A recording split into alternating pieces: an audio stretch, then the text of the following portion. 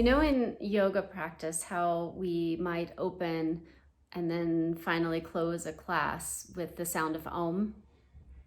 Well, there's so much meaning behind the Om itself and the practice of Om, but then there's also a whole lot that it does to benefit you.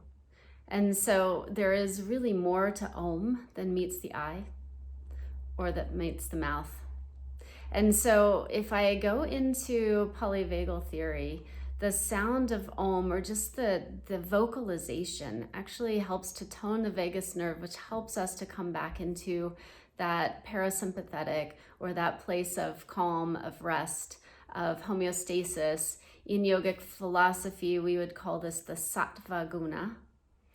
And so the sound of Om, just do that for a moment. Just notice the effect that it has in your body of simply making a sound. Don't even think of saying Om, but rather just just make that sound. And so that you can really feel it, sit up tall and soften your gaze, turn your gaze inwards and feel the vibrations of that sound. Ah. Pause for a second. Notice the difference. And so the sound of Om is made up of 3 different vowel sounds, 3 different vocalizations, basically. And so the first is ah, the second is a o, and the final is a right? And so each one of these can be interpreted as the sounds that we make when we sigh. So try it with me now. Again, sit tall, soften your gaze, turn your gaze inwards, which might mean closing the eyes, or it might mean keeping a soft gaze. And start with ah, an open mouth, relax your jaw, open throat. Ah.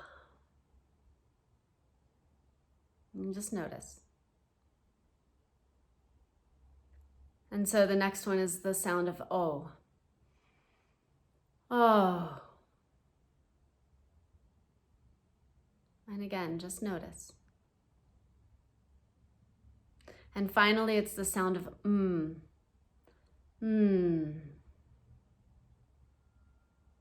Notice sensations in your body. Notice if anything might have shifted or changed for you in that practice.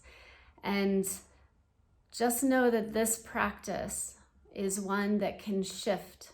It can shift your mood, it can shift your energy, it can pull you from a parasympathetic arousal, so a state of fight or flight, or a state of heightened arousal, hypervigilance, excitement, anxiety, stress. It can pull you from that into more of a state of calm, homeostasis, that place where we can rest, where we can restore, where we can rejuvenate. And so what I'm saying is this practice of Om actually lends itself to helping you become more resilient in life. I often like to say that we need to be able to feel the excitement, and we need to be able to feel the opposite, or I hate to use the word depression, but going into that more lower state, even sadness, feeling that low state. We need to be able to feel into all of that, but finding a way to maintain homeostasis, or at least coming back to homeostasis. And so the power of Om can help you do that.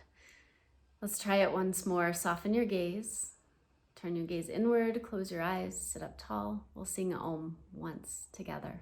Take a breath in. Exhale it out. And breathe in for the Om.